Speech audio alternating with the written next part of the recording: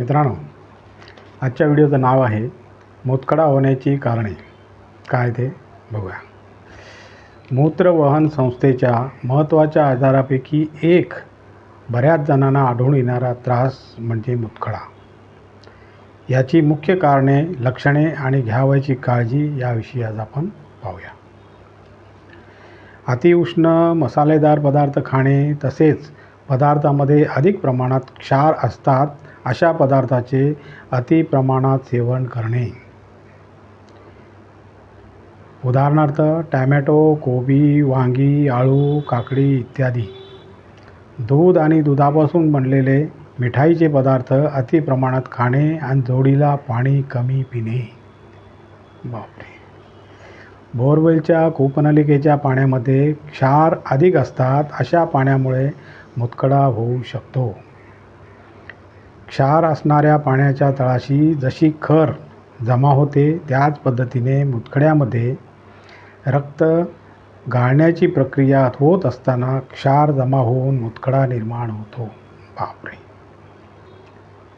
रखरखीत उन्हात पुष्कळ फिरणे, कामानिमित्त उन्हात फिरावे लागणे, लघवीचा वेग आलेला असताना वेळेत न जाणे, तहान लागलेली असताना वेळेत पाणी न पिणे वा पुष्कळ कमी पाणी पिणे. थायरॉइड ग्रंथीची अकार्यक्षमता हायपोथायरॉइडिझम असल्यास अशा रुग्णामध्ये मूतखड्याचा त्रास होण्याची शक्यता असते. थायरॉइड ग्रंथीच्या मागे थायरॉइड ग्रंथी असतात.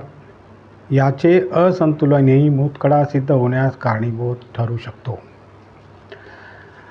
पुढे बघूया मित्रांनो. कॅल्शियमच्या गोळ्या दीर्घकाळ घेणे. सध्या बरेच जण मनानेच कॅल्शियमच्या गोळ्या दीर्घकाळ घेताना दिसतात. यामध्ये वैद्यकीय सल्ला घेऊन गोळ्या घेणारे अत्यल्प असतात. सांधेदुखी किंवा वेदना जाणवताना लागल्या की बरेच जण मनानेच कॅल्शियम चालू करतात. गोळ्या किती दिवस आणि किती घ्यायला हव्यात याचा विचार केला जात नाही. महिनोन महिने कॅल्शियमच्या गोळ्या घेत असलेले रुग्णसुद्धा आढळून येतात. निर्माण झाल्यावर होणारी लक्षणे. मूतखडा निर्माण झाल्यावर काय लक्षणे होतात बघूया. मूतखडा होण्याचे पहिले लक्षण म्हणजे वेदना.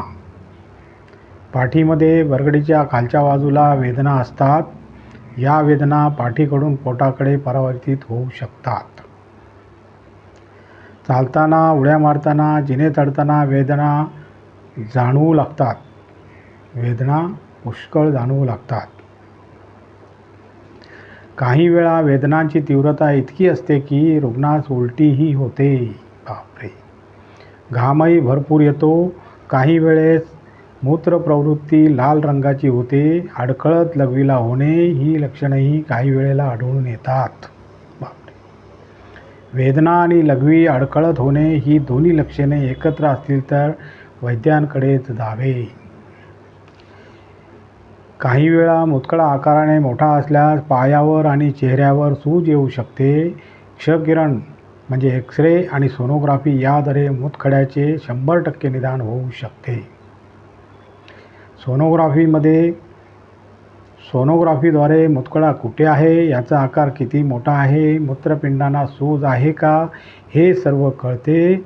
मूत्रपिंडापासून निघणाऱ्या नळ्यांमध्ये मूतखडा असल्यास तो सोनोग्राफीमध्ये दिसत नाही.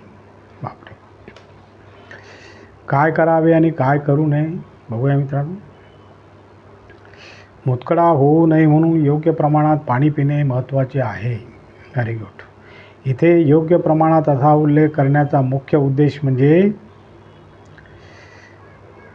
अनेक जणांना भरपूर पाणी प्यावे असा समज होऊ शकतो. म्हणजे अनेक जणांना भरपूरच पाणी प्यावे असा समज होऊ शकतो. पण अति प्रमाणात पाणी पिण्यापेक्षा प्रमाणात पाणी पिणे अधिक महत्त्वाचे आहे.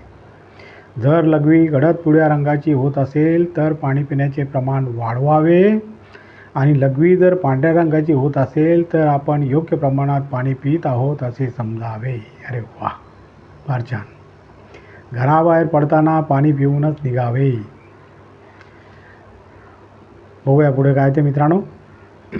लिंबाचे सरबत अधूनमधून प्यावे. पालक आणि आळू यांच्या भाज्यांमध्ये क्षाराचे प्रमाण अधिक असते, म्हणून या भाज्या करताना चिंच, ताक असे आंबट पदार्थ घालून या भाज्या कराव्यात. आंबट पदार्थामुळे या भाज्यामधील क्षार विरघळतात. अरे वा वा वा, व्हेरी गुड, फारच छान. कुळीथ हे मुतखडा विरघळण्यासाठी उत्तम असते. मुतखडा झाल्यास अथवा होऊ नये म्हणून कुळिथाचे विविध पदार्थ खावेत. उदाहरणार्थ कुळीथ पिठले, कुळीथ शिजवून सूप, कुळिथाची उसळ इत्यादी.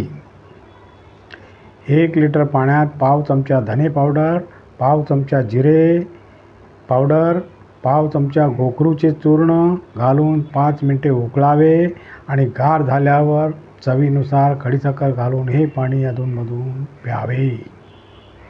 हा औषधोपचार नसल्याने फक्त वैद्यकीय सल्ल्यानेच करावा. आणि अशा प्रकारे मित्रांनो आजचा आपला व्हिडिओ संपलेला आहे. आणि तुम्हाला जर माझा व्हिडिओ आवडला तर लाईक करा, शेअर करा, सबस्क्राईब करा आणि कॉमेंट जरूर करा. नमस्कार, जय हिंद.